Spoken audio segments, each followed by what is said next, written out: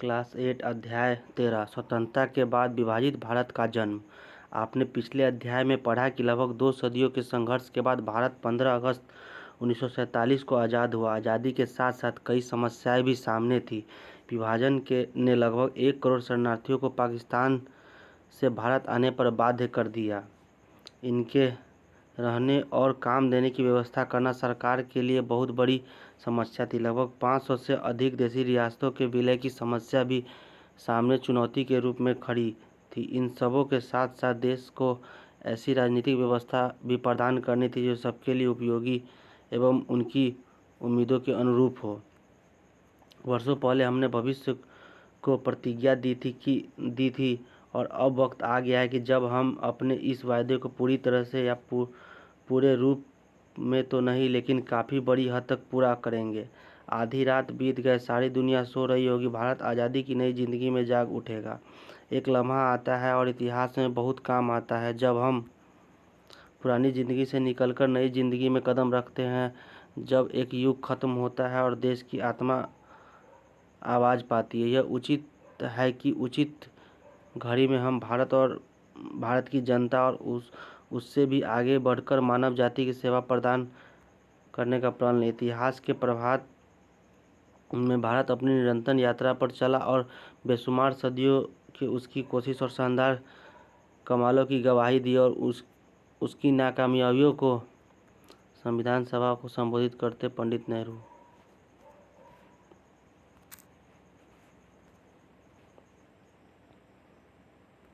भी अच्छे और बुरे दिनों दोनों में भारत ने उन उसूलों और सिद्धांतों को कभी नज़र में नहीं हटने दिया। इनसे उसने नई ताकत पाई और शक्ति भी। आज बदकिस्मती का लंबा अरसा ख़त्म हो जाता और भारत अपने आप को फिर से पहचान रहा है। जिस विजय को आज हम मना रहे हैं वह सिर्फ एक कदम है, अवसर मिलने की एक शुरुआत है उस बड़ी बड़ी सफलताओं और प्राप्तियों की ओर जो हमारा इंतज़ार कर रही है। क्या हम में इतनी हिम्मत है, इतना ज्ञान है कि इस मौके को न जाने दे, इसका लाभ उठाए और भविष्य की चुनौतियों को मंजूर करे। आज़ादी और शक्ति जिम्मेदारियां लाती है। इन जिम्मेदारियों का बोझ इस सभा पर जो प्रभुता संपन्न है और भारत की स्वतंत्र जनता की नुमाइंदगी करती है। आज़ादी के पहले हमने कष्ट झेले, हमारे दिल उन दुखों से भरी है। कुछ दुख आज भी मौजूद है मगर अतीत बीत चुका है। भविष्य हमें बुलाता है। वह भविष्य आरंभ का नहीं है, वह बराबर कोशिश का, मेहनत का है ताकि हमने जो वायदे किए थे आज भी जो प्रतिज्ञा करेंगे उन्हें पूरा कर सके। भारत की सेवा के माने उन करोड़ों की सेवा है जो पीड़ित है, जिसके माने है कि गुरुत्व और अज्ञानता, बीमारी और नाइंसाफ़ी खत्म कर दी जाए। हमारे ज़माने की सबसे बड़ी हस्ती की अभिलाषा रही है कि हर इंसान का हर आंसू पोंछ दिया जाए। यह शायद हमारी ताकत के बाहर हो मगर जब तक लोगों के आंखों में आंसू, दुख के आंसू हो, उस वक्त हमारा काम समाप्त नहीं होगा। इसलिए हमको बराबर मेहनत करनी है ताकि हमारे सपने साकार हो सके। यह सपने भारत के लिए ही नहीं बल्कि संसार के लिए भी है, क्योंकि आजकल के सारे देश और संसार के लोग आपस में इतने जुड़े हैं कि उनमें से एक अलग रहने की कल्पना नहीं कर सकता। कहते हैं कि शांति अविभाज्य है, इसी तरह आज़ादी भी और संपन्नता और विपद भी, क्योंकि अब इस एक दुनिया के अलग अलग टुकड़े नहीं किए जा सकते। आज़ाद भारत के लोग भी कई समुदायों, जातियों, क्षेत्रों, विभिन्न भाषा भाषी समूह में बटे थे। इनके खान पान, रहन सहन, बोलचाल, सोचने और समझने के तरीकों में भी काफ़ी विभिन्नता थी। इन परिस्थितियों में हमारे राष्ट्रीय नेताओं के सामने सबसे बड़ी समस्या था कि समूचे भारत को कैसे एक राष्ट्र के रूप में संगठित किया जाए।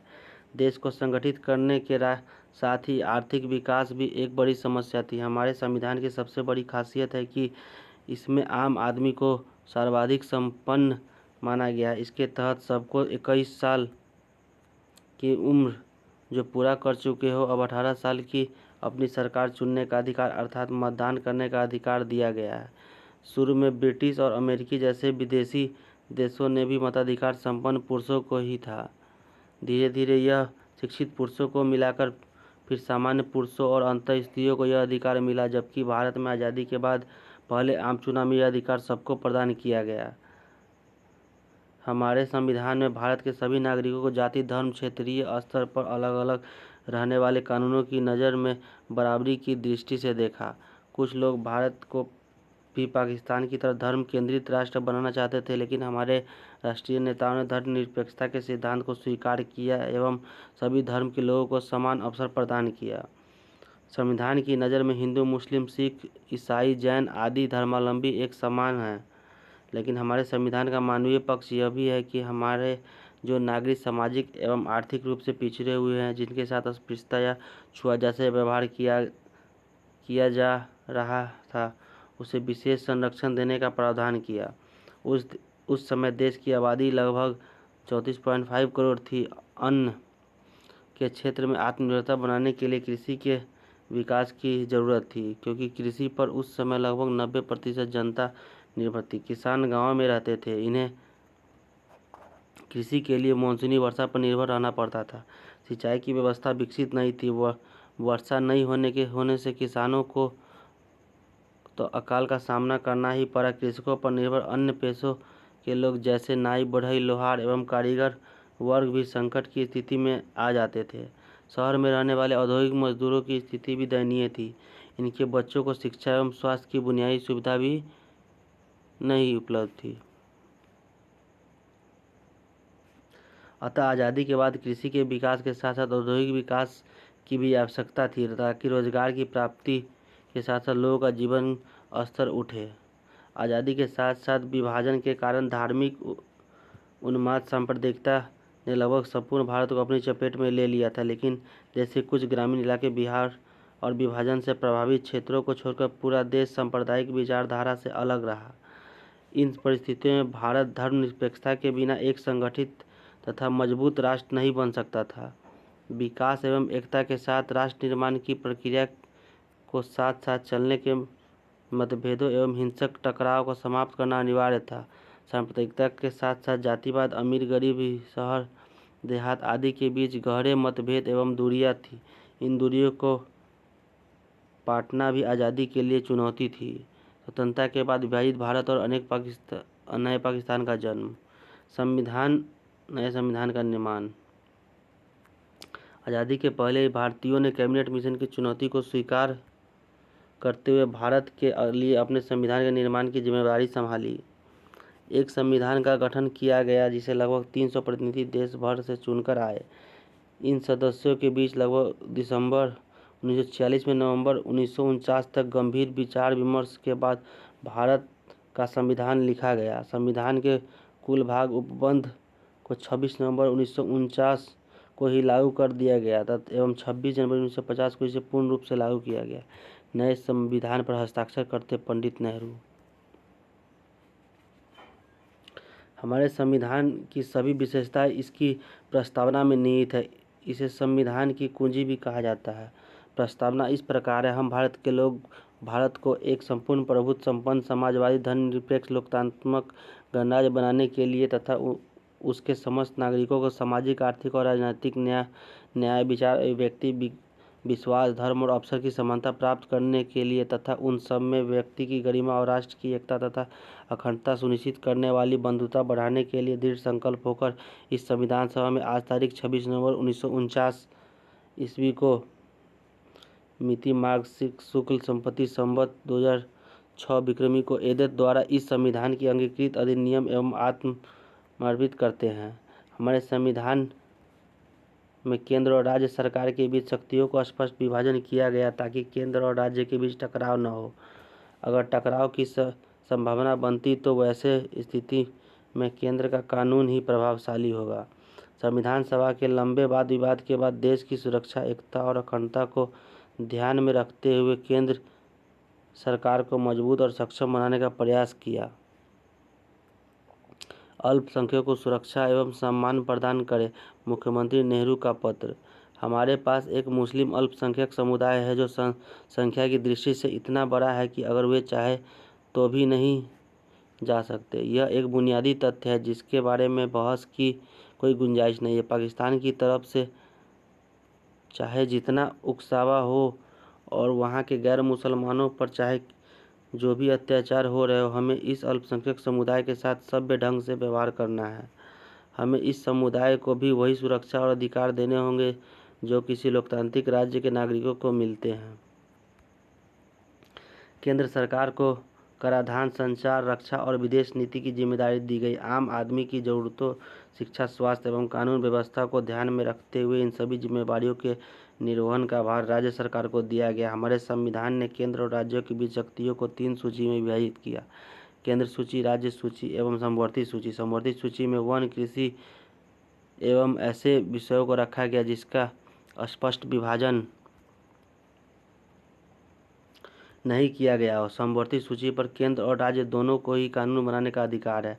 टकराव या मतभेद की स्थिति में केंद्र का ही कानून प्रभावशाली होगा। संविधान सभा में चर्चा के दौरान कुछ लोगों ने केंद्र के हित को प्राधान्यता दी और कहा कि जब केंद्र मजबूत होगा तब वह पूरे देश के लिए सोचने और योजना बनाने में सक्षम होगा। कई सदस्यों ने राज्यों को अधिक स्वायत्तता और आज़ादी देने के पक्ष में दलील दी। उनका कहना था कि वर्तमान व्यवस्था में लोकतंत्र दिल्ली में ही केंद्रित है, इसलिए बाकी देश में इसी भावना और अर्थ में साकार नहीं हो रहा है। संविधान सभा में भाषा के मुद्दे पर भी लंबी बहस हुई। अधिकांश लोग अंग्रेजी की जगह हिंदी को अपनाना चाहते थे, लेकिन गैर हिंदी भाषियों ने इनका विरोध किया। टी कृष्णामाचारी ने दक्षिण के लोगों की ओर से चेतावनी देते हुए कहा कि अगर उन पर हिंदी थोपी गई तो बहुत सारे लोग भारत से अलग हो जाएंगे। इस विवाद से बचने के लिए हिंदी को भारत की राजभाषा का तो दर्जा दिया गया, लेकिन अदालतों सहित विभिन्न सेवाओं में अंग्रेजी को कामकाज की भाषा के रूप में अपनाया गया। संविधान के निर्माण में डॉक्टर भीमराव अंबेडकर की भूमिका काफ़ी महत्वपूर्ण थी। वे संविधान सभा के प्रमुख समिति के अध्यक्ष थे। इन्होंने संविधान सभा में राजनीतिक लोकतंत्र के साथ साथ सामाजिक एवं आर्थिक रूप से पिछड़े लोगों के उत्थान के लिए आवाज़ बुलंद की। इनके उत्थान के लिए इन्होंने सरकारी सेवाओं आरक्षण की वकालत की ताकि सामान्य लोगों के साथ कदम से कदम मिलाकर ये चल सके। आरक्षण के संबंध में एच.जे. खांडेकर के विचार। समकालीन राजनीति में आरक्षण जैसे ज्वलंत मुद्दे पर संविधान निर्मात्री सभा के वाद विवाद के दौरान 24 अगस्त 1949 को खांडेकर ने अनुसूचित जातियों के आरक्षण के संबंध में जो प्रश्न उठाया कि संसदीय प्रणाली में अनुसूचित जातियों को आरक्षण निर्वाचित क्षेत्रों में दी जाने वाली सीटों को सही लाभ तभी मिलेगा जब उनमें वैसे ही निर्वाचन क्षेत्र आरक्षित किए जाए जिनमें उनकी आबादी बहुत कम बहुमत में है। खांडेकर ने इसको और भी स्पष्ट करते हुए यह कहा कि ऐसा नहीं होने पर आम निर्वाचन क्षेत्र के आरक्षित स्थानों अनुसूचित जाति के योग्य प्रतिनिधि नहीं निर्वाचित हो सकते, जिसके कारण संसदीय प्रणाली में उनका सही प्रतिनिधित्व नहीं हो सकेगा। हमारे संविधान में राज्य के नागरिक को कुछ मौलिक अधिकार भी दिए तथा राज्य के प्रति निष्ठावान बने रहने के उपाय के रूप में नागरिकों के लिए मौलिक कर्तव्य भी बनाए गए। राज्य को दिए गए नीति निर्देशक तत्व में यह सुनिश्चित किया है कि देश के भौतिक संसाधन का इस्तेमाल सामूहिक हित में किया जाए एवं अधिक धन संग्रहण से बचा जाए। संविधान के समूचे देश के नागरिकों के एक झंडा, तिरंगा, एक संविधान, एक राष्ट्रगान आदि का प्रावधान किया गया ताकि देश की एकता अखंडता सुरक्षित रहे। आप समझ सकते हैं कि संविधान निर्माण करते समय भारत के नेताओं और जनता के सामने एक साझे और सशक्त भारत के भविष्य की तस्वीर थी। नेहरू जी के भाषण के अंश से भी आप समझ सकते हैं कि उनके सपने का भारत कैसा था। संविधान सभा के सदस्य भी इस आदर्श अर्थात व्यक्ति की गरिमा और आज़ादी, सामाजिक आर्थिक समानता, जनता की खुशहाली और राष्ट्रीय एकता में विश्वास रखते थे। यह आदर्श आज तक जिंदा है। यही कारण है कि हम संविधान का आज भी सम्मान करते हैं। क्या आप भी कुछ कहना चाहेंगे? संविधान सभा के कई सदस्य संविधान को भारतीय परिस्थितियों के अनुकूल नहीं मानते थे।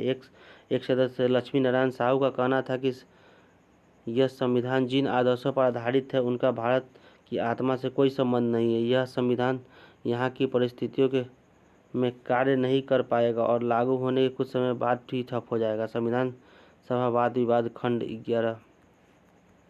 राज्यों के पुनर्गठन किया गया। राज्यों के प्रशासनिक सुविधा और व्यापारिक लाभों को ध्यान में रखते हुए भारत में राज्यों का गठन किया गया। अंग्रेजों ने भारत की सांस्कृतिक विविधता और भाषाई विविधता को आधार नहीं बनाया था, लेकिन जब प्रथम विश्व युद्ध के बाद कई देशों का पुनर्गठन भाषाई आधार पर किया गया, जिसमें रूसी, तुर्की और ऑस्ट्रिया प्रमुख थे। भारतीय राष्ट्रीय कांग्रेस ने भी 1920 के दशक में लोगों की भावनाओं को देखते हुए आज़ादी के बाद भाषा के आधार पर राज्यों का पुनर्गठन का आश्वासन दिया। लेकिन जब भारत को धर्म के आधार पर दंगों और विभाजन के बाद भारत को आज़ादी मिली तो राष्ट्रीय नेताओं के मन में चिंता हुई कि अगर राज्यों का पुनर्गठन भाषा के आधार पर किया गया तो और कई पाकिस्तान बन सकते हैं। इन्हीं परिस्थितियों में नेहरू और वल्लभ भाई पटेल ने भाषाई आधार पर राज्यों के पुनर्गठन का विरोध किया। जब लोगों द्वारा भाषाई आधार पर राज्यों के गठन की मांग हुई तो पटेल ने कहा कि इस समय भारत की पहली और अंतिम जरूरत है कि इसे एक राष्ट्र बनाया जाए। राष्ट्रवाद को बढ़ावा देने वाली हर चीज़ आगे बढ़नी चाहिए और उसके रास्ते में रुकावट डालने वाली हर चीज़ को दरकिनार कर देना चाहिए। हमने यही कसौटी भारतीय प्रांतों के सवाल पर भी अपनाई। इस कसौटी के हिसाब से हमारे राज्य में इस मांग को समर्थन नहीं दिया जा सकता। राष्ट्रीय नेताओं द्वारा 1920 के दशक में किए गए वादे से मुकरने के कारण क्षेत्रीय भाषा तेलुगु, तमिल, मराठी, कन्नड़ बोलने वालों में असंतोष पनपने लगा। विशेष रूप से तेलुगु भाषी लोग 1952 में प्रथम चुनाव में आंध्र प्रदेश की मांग को लेकर काफ़ी उग्र थे। आंध्र प्रदेश की मांग को लेकर गांधीवादी नेता पट्टू श्री रामुलु राजू ने भूख हड़ताल किया, जिसमें 58 दिनों के बाद 15 सितंबर 1952 को उनकी मृत्यु हो गई। इनकी मृत्यु के बाद पूरे आंध्र प्रदेश में अराजकता फैल गई। इस विरोध को केंद्र ने गंभीरता से लिया और इनकी मांगें मान ली। इस तरह 1 अक्टूबर 1953 को आंध्र प्रदेश के रूप में एक नए राज्य का गठन हुआ। सरकार ने क्षेत्रीय भाषाओं द्वारा नए राज्यों के गठन की मांग को देखते हुए राज्य पुनर्गठन आयोग का गठन किया गया। इस आयोग के अध्यक्ष फजल अली थे। आयोग ने अपनी रिपोर्ट 1956 ईस्वी में सौंप दी। इसने तमिल, मलयालम, कन्नड़, बांग्ला, उड़िया एवं असमिया भाषी लोगों के लिए अलग अलग राज्य के पुनर्गठन की सिफारिश की। विशाल हिंदी भाषी क्षेत्र के प्रशासनिक सुविधा एवं सांस्कृतिक एकरूपता को देखते हुए राज्य में विभाजित किया गया। कुछ वर्षों के बाद राज्यों के विभाजन की मांग भी उठने लगी और तीव्र आंदोलन का रूप अख्तियार किया। फलस्वरूप 1960 में बम्बई प्रांत का मराठी भाषी महाराष्ट्र एवं गुजराती भाषा गुजरात में, 1966 में पंजाब से हरियाणा और आगे चलकर 2001 में उत्तर प्रदेश के उत्तरांचल को, मध्य प्रदेश से छत्तीसगढ़ को, एक बिहार से झारखंड को अलग कर 28वें राज्य के रूप में गठित किया गया। अभी भी महाराष्ट्र से अलग करके विदर्भ, आंध्र प्रदेश से तेलंगाना एवं पूर्वोत्तर में बोडोलैंड के गठन की मांग को लेकर लगातार आंदोलन हो रहे हैं। रियासतें। ब्रिटिश सरकार 14 अगस्त 1947 से पहले भारतीय प्रांत और रियासतें।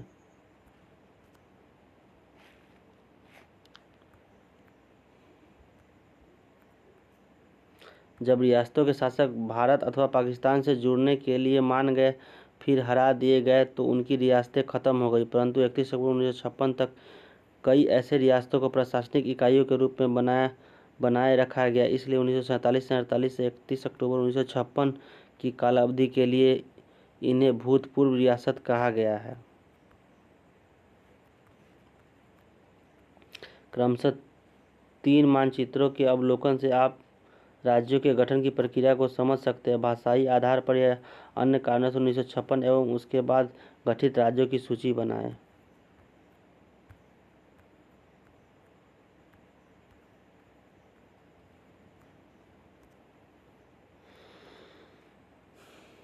विकास की यात्रा। पंचवर्षीय योजना पर नेहरू के विचार। हमारे राष्ट्रीय नेताओं ने आज़ादी के पहले ही महसूस किया था कि राजनीतिक आज़ादी के साथ साथ आर्थिक समृद्धि भी आवश्यक है। अगर भारतीय उपनिवेश अर्थव्यवस्था से मुक्त होकर आर्थिक रूप से आत्मनिर्भर नहीं बनता तो राजनीतिक आज़ादी ज़्यादा दिनों तक नहीं रह सकती। अतः भारत को आर्थिक रूप से विकसित करने के लिए आधुनिक तकनीकी के सहारे कृषि और उद्योगों के लिए आधार निर्मित करना सबसे बड़ी चुनौती, और सरकार ने महसूस किया कि बगैर सरकारी सहयोग एवं योजना के देश की आर्थिक प्रगति तेजी से नहीं हो सकती। अतः सरकार ने नीति बनाने वाले लागू करने के लिए 1950 में योजना आयोग का गठन किया गया। अब सरकार और निजी क्षेत्र दोनों मिलकर योजना के परामर्श से उत्पादन को बढ़ाएंगे और रोजगार करेंगे। योजना आयोग ने पंचवर्षीय योजना के माध्यम से सरकारी और निजी क्षेत्र की भागीदारी करने का सफल प्रयास किया। सबसे पहले अन्न के क्षेत्र में आत्मनिर्भरता हासिल करने के लिए योजना आयोग ने 1951 से 56 के बीच कृषि को सुनियोजित रूप से सबसे ज़्यादा बढ़ावा दिया। दूसरी पंचवर्षीय योजना 1956-67 में देश के औद्योगिक रूप को आत्मनिर्भर बनाने के लिए बड़े बड़े उद्योगों की स्थापना में बल दिया। हालांकि उद्योगों की स्थापना तो हुई, लेकिन खेती, प्राथमिक शिक्षा, पर्यावरण, स्वास्थ्य आदि पर उतना ध्यान नहीं दिया गया, क्योंकि हमारे पास उस समय संसाधन सीमित थे और आवश्यकताएं अधिक। सिंचाई के साधन विकसित करने हेतु गंडक नदी पर बना बांध। भविष्य में पर्यावरण को होने वाली क्षति को ध्यान में रखते हुए गांधी जी की अनुयायी मीरा बहन ने 1949 में ही कहा था कि विज्ञान और मशीनरी के द्वारा कुछ समय तक भारी फायदा हो सकता है, लेकिन आखिरकार तबाही ही मिलेगी। हमें कुदरत के संतुलन के पुराने नियमों के हिसाब से अपनी ज़िंदगी चलानी चाहिए, तभी हम स्वस्थ और नैतिक रूप से सभ्य प्रजाति के रूप में जीवित रह पाएंगे। बोकारो इस्पात संयंत्र। हमारी सरकार ने विश्व के विकसित देशों के सहयोग से भिलाई, दुर्गापुर, बोकारो, राउरकेला आदि जगहों पर बड़े बड़े उद्योग लगाए।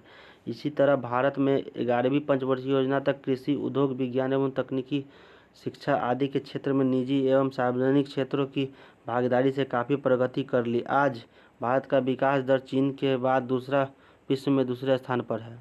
बरौनी रिफाइनरी। हर व्यक्ति को काम उपलब्ध कराने के लिए महात्मा गांधी नरेगा को कोई व्यक्ति भूखा न रहे, इसके लिए खाद्य सुरक्षा गारंटी योजना आदि पर सरकार काफ़ी संजीदा है। 1990 के दशक में तेज आर्थिक विकास के साथ साथ औद्योगिक क्षेत्र में ढांचागत परिवर्तन हुआ। सूचना एवं संचार के क्षेत्र में क्रांति ने कंप्यूटर, सॉफ्टवेयर एवं हार्डवेयर, आधुनिक संरचना एवं परिवहन के साधनों तथा 2 पहिए एवं 4 पहिए वाहन एवं टेलीफोन, हैदराबाद का सॉफ्टवेयर सेंटर, सेवा आदि के क्षेत्र में अप्रत्याशित वृद्धि हुई। कंप्यूटर सॉफ्टवेयर के क्षेत्र में भारत में एक नई पहचान बनी। बेंगलोर की पहचान भारत के सिलिकॉन वैली अमेरिका के रूप में बनी।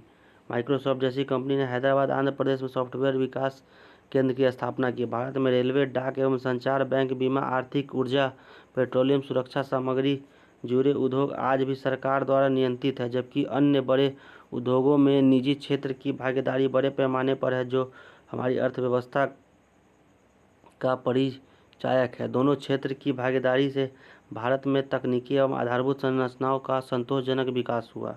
फलस्वरूप आज़ादी के बाद जनसंख्या में 3 गुना से भी अधिक वृद्धि के बावजूद प्रति व्यक्ति आय में लगभग 3 गुना वृद्धि हुई। लोकतांत्रिक सशक्तिकरण। आज़ादी के बाद भारत में संसदीय लोकतंत्र की स्थापना हुई। आप इस अध्याय में पढ़ चुके हैं कि कई समस्याओं के बावजूद भारत ने सफलतापूर्वक आर्थिक विकास, राज्यों का पुनर्गठन, भाषा संबंधित विवादों का निपटारा, सांप्रदायिक शक्तियों पर नियंत्रण किया। देश की विदेश नीति का संचालन भी गुटनिरपेक्षता की नीति को ध्यान में रखते हुए किया गया। गुटनिरपेक्षता की नीति। आज़ादी के समय विश्व 2 बड़े राष्ट्रों अमेरिका और सोवियत के खेमों में विभक्त था। भारत को सबकी मदद की जरूरत थी, अतः सबके साथ अच्छे संबंधों का निर्वाह करते हुए किसी गुट में न रहते हुए भारत ने गुटनिरपेक्षता की नीति अपनाई तथा भारत जैसे गरीब और विकासशील देशों को भी इस नीति पर चलने की सलाह दी। कुछ समय बाद भारत में लोकतांत्रिक आदर्श कमजोर होने लगा और आपातकाल घोषणा हो गई। देश में पुनः जन आंदोलन की स्थिति उत्पन्न हो गई। इसकी शुरुआत बिहार एवं गुजरात से हुई। नेतृत्व जयप्रकाश नारायण ने प्रदान किया। जयप्रकाश नारायण ने संपूर्ण क्रांति का नारा दिया। आपातकाल के दौरान प्रधानमंत्री की शक्ति में वृद्धि, प्रेस पर नियंत्रण, नागरिक अधिकारों पर प्रबंध, नसबंदी द्वारा जन्म दर पर नियंत्रण, झुग्गी झोपड़ियों उन्मूलन, कर्मचारी की वृद्धि पर रोक तथा कठोर एवं अलोकतांत्रिक कदम उठाए गए। आपातकाल के विरोध में जयप्रकाश नारायण ने संपूर्ण क्रांति का आह्वान किया। जयप्रकाश नारायण की संपूर्ण क्रांति का मतलब। गांधी मैदान में जनसभा को संबोधित करते हुए जयप्रकाश नारायण की संपूर्ण क्रांति अवधारणा उनके राजनीतिक चिंतन का अंतिम पड़ाव था। जयप्रकाश नारायण ने छात्रों एवं युवाओं को राजनीतिक दलों के से अलग रहकर देश की सामाजिक तथा राजनीतिक व्यवस्था में बुनियादी परिवर्तन लाने का सुझाव दिया। छात्र एवं युवा शक्ति के उदय के कारण सरकारी तंत्र में व्याप्त भ्रष्टाचार, देश की खराब आर्थिक स्थिति एवं नौजवानों में व्यापक बेरोजगारी 5 जून 1974 को पटना के गांधी मैदान में जयप्रकाश नारायण ने छात्रों को संबोधित करते हुए संपूर्ण क्रांति का विचार रखा। इन्होंने कहा कि आज आज़ादी के 27 वर्ष बाद भी लोग भूखे, बढ़ती हुई कीमतों तथा भ्रष्टाचार से परेशान हैं। रिश्वत दिए बिना कहीं काम नहीं होता। लोग अन्याय से संघर्ष कर रहे हैं परंतु कोई रास्ता दिखाई नहीं देता। लाखों छात्र एवं नौजवानों का भविष्य अंधकार में है। गरीबी बढ़ रही है। किसानों की स्थिति दयनीय है। इस स्थिति से छुटकारा पाने के लिए इन्होंने संपूर्ण क्रांति का अवधारणा को सामने रखा तथा इसके लिए सत्ता परिवर्तन को आवश्यक बताया। इन्होंने कहा कि संपूर्ण क्रांति एक ऐसी व्यापारिक क्रांति है जिसके अंतर्गत सामाजिक, आर्थिक और राजनीतिक, सांस्कृतिक, वैचारिक अथवा बौद्धिक, शैक्षणिक तथा आध्यात्मिक क्रांतियाँ सम्मिलित हैं। यह संख्या कम अधिक भी हो सकती है। इन्होंने आगे कहा कि सत्ता परिवर्तन हमारा उद्देश्य नहीं है परंतु यह आवश्यक है कि जब हमारे प्रतिनिधि भ्रष्ट, अक्षम और भाई भतीजावाद के शिकार हैं तो उन्हें सत्ता से हटाना ही पड़ेगा। इसके बाद व्यक्ति तथा समाज में परिवर्तन के लिए काम करना होगा। जयप्रकाश नारायण ने भ्रष्टाचार पर नियंत्रण के लिए लोकपाल जैसे स्वशासी संस्था की स्थापना की आवश्यकता बताई। इन्होंने महंगाई पर नियंत्रण के साथ साथ कई कृषि, उद्योग, मजदूरों की दशा सुधारने पर बल दिया। जयप्रकाश नारायण जाति व्यवस्था पर प्रहार करते हुए दहेज, छुआछूत जैसी सामाजिक बुराइयों का भी विरोध किया। इन्होंने इसके लिए शिक्षा की बात भी की, लेकिन शिक्षण व्यवस्था देश की आवश्यकताओं के अनुरूप हो रही। प्राथमिक विश्वविद्यालयों स्तर की शिक्षा में उन्मूलन, चूल परिवर्तन की आवश्यकता बताई। कई दलों को मिलाकर जनता पार्टी की सरकार मोरारजी देसाई के नेतृत्व में बनी। इस सरकार ने आपातकाल में प्रेस आदि पर लगे प्रतिबंध को समाप्त किया, नागरिक अधिकारों को फिर से बहाल किया। जनता पार्टी की सरकार ने संसदीय संस्थाओं एवं लोकतांत्रिक मूल्यों को मजबूत किया, लेकिन आपसी गुटबाजी के कारण यह सरकार अधिक दिनों तक नहीं चल सकी। मध्यावधि चुनाव में हुए जिनमें पुनः इंदिरा गांधी के नेतृत्व में कांग्रेस जीत हासिल की। श्रीमती इंदिरा गांधी के समय पंजाब में चरमपंथी एवं अलगाववादी आंदोलन, इसके विरुद्ध जून 1984 को ऑपरेशन ब्लू स्टार नामक कार्यवाही की गई। इस कार्यवाही के प्रतिशोध में श्रीमती गांधी को 2 सिख अंगरक्षकों ने ही 31 अक्टूबर 1984 को उनकी हत्या कर दी। गांधी जी के बाद इनके बेटे राजीव गांधी प्रधानमंत्री बने। इसके नेतृत्व में कांग्रेस को ऐतिहासिक बहुमत हासिल हुआ। इन्होंने देश में तेज आर्थिक विकास, संचार क्रांति की प्रतिबद्धता दिखाई। भारत को 21वीं सदी ले जाने का सपना भी दिखाया, लेकिन भ्रष्टाचार संबंधी बोफोर्स घोटाला विवादों में घिर जाने के कारण अगले चुनाव में कांग्रेस को पराजय का सामना करना पड़ा। नई राजनीतिक व्यवस्था का जन्म गठबंधन एवं मोर्चे की राजनीति। 1989 से भारत की जनता के लिए एक दल को स्पष्ट बहुमत नहीं दिया। सबसे पहले वीपी सिंह के नेतृत्व में मोर्चे की जनता दल भाजपा एवं वामपंथियों की मिलीजुली सरकार बनी।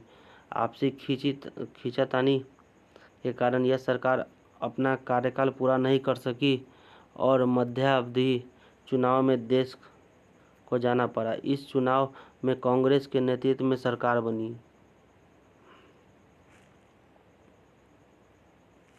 इस सरकार के साथ समक्ष कई समस्याएं खड़ी थी। देश आर्थिक रूप से बदहाली के दौर से गुजर रहा था। अयोध्या मंदिर मस्जिद विवाद और वीपी सरकार द्वारा सार्वजनिक क्षेत्र की नौकरियों में पिछड़ी जाति के लोग आरक्षण प्रदान करने के कारण देश में कानून एवं व्यवस्था की नई समस्या उत्पन्न हो गई। कश्मीरी अलगाववादियों को भी गतिविधियां बढ़ाने लगी। इसी बीच 6 दिसंबर 1942 को बाबरी मस्जिद ध्वस्त की घटना ने पूरे देशवासियों को प्रभावित किया। कांग्रेस की सरकार ने इस आंतरिक एवं बाह्य परिस्थितियों का सामना सफलतापूर्वक समापन किया तथा देश की अर्थव्यवस्था को आर्थिक सुधारों के माध्यम से पटरी पर लाया। इस सरकार ने पंचायती राज व्यवस्था को संवैधानिक संशोधन के माध्यम से लागू करने का भी ऐतिहासिक कार्य किया। परमाणु परीक्षण इंदिरा गांधी की सरकार में 1974 में हुआ। पोखरण 2 परमाणु परीक्षण का वाजपेयी जी की सरकार में 1998 में किया गया। अगले चुनाव में भाजपा की अगुवाई की गठबंधन की सरकार बनी। इस सरकार ने सफलता के साथ आर्थिक उदारीकरण के दूसरे दौर भी लागू किया तथा राष्ट्रीय सुरक्षा एवं तकनीकी को मजबूती प्रदान करते हुए पोखरण 2 विस्फोट भी किया। यह सरकार फील गुड एवं भारत उदय के नारों के साथ चुनाव में गई, लेकिन किसानों की दयनीय स्थिति के कारण यह नारा फीका पड़ गया और सरकार को पराजय का सामना करना पड़ा। कांग्रेस गठबंधन की जीत हुई। मोर्चे की राजनीति का स्पष्ट ध्रुवीकरण हुआ। कांग्रेस की नेतृत्व वाली मोर्चा संप्रग संयुक्त प्रगतिशील गठबंधन एवं भाजपा नेतृत्व वाली मोर्चा राजग राष्ट्रीय जनतांत्रिक गठबंधन के नाम से जाना जाता है।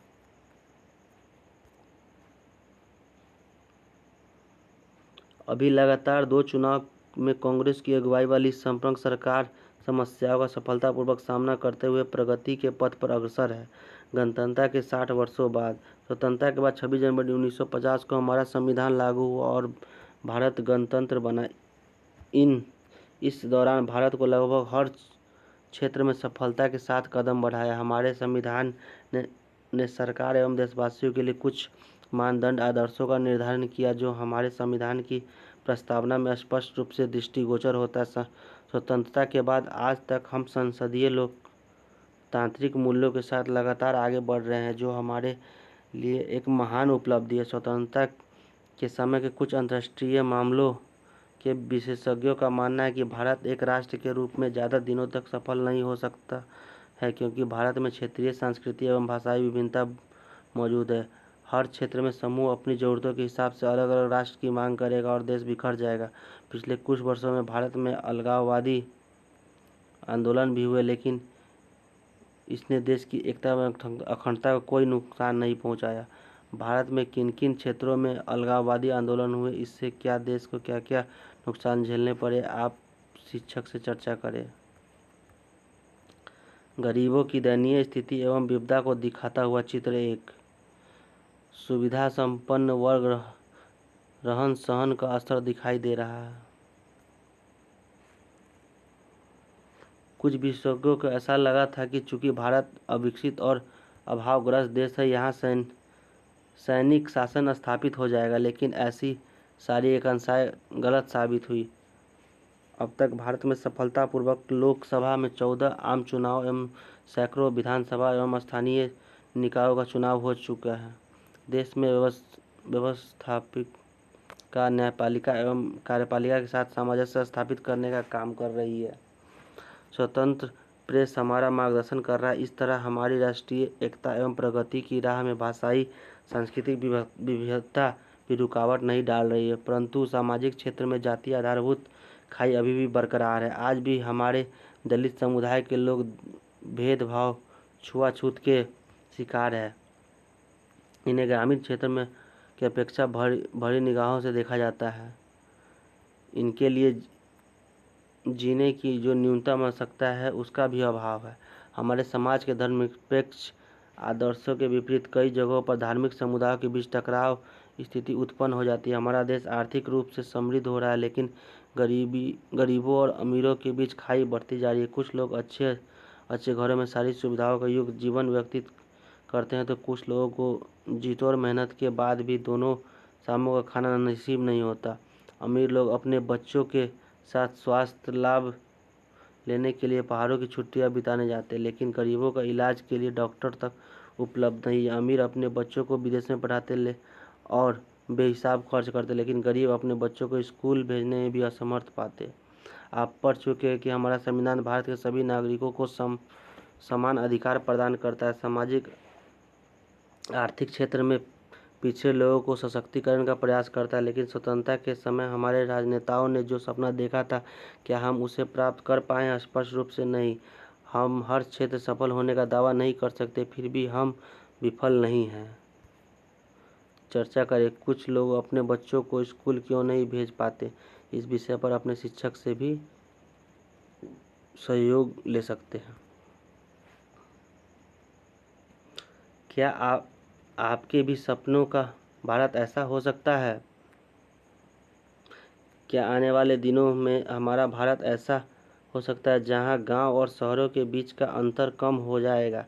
ऐसा भारत जहां कृषि, उद्योग और रोजगार बेहतर तालमेल के साथ काम करे, ऊर्जा, बिजली, सड़क, आवास, पानी सबके लिए उपलब्ध हो। भारत ऐसा राष्ट्र बने जहां सभी का इलाज हो, यहाँ की सरकार भरोसेमंद, पारदर्शी, भ्रष्टाचार मुक्त हो, यहाँ से गरीबी और निरक्षरता जड़ से समाप्त हो जाए, बच्चों और महिलाओं अत्याचार और शोषण से मुक्त हो और समुदाय में रहने वाला हर व्यक्ति अलग अलग महसूस न करे। भारत को विकसित बनाने के लिए हमें पूरी ईमानदारी और निष्ठा से काम करने की ज़रूरत है। कृषि और खाद्य प्रसंस्करण, शिक्षा और स्वास्थ्य, सूचनाएं और संचार तकनीक, भरोसेमंद इलेक्ट्रिक पावर, तकनीकी आत्मनिर्भरता आदि क्षेत्रों में सामंजस्य स्थापित करना ही होगा। हमें गांव के तरफ लौटकर मूलभूत सुविधाएं उपलब्ध करानी होगी जो आज शहर में उपलब्ध है।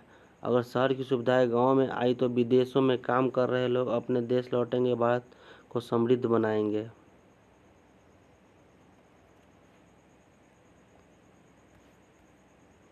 चित्र 13, एक स्वतंत्र विदेश नीति की चाह।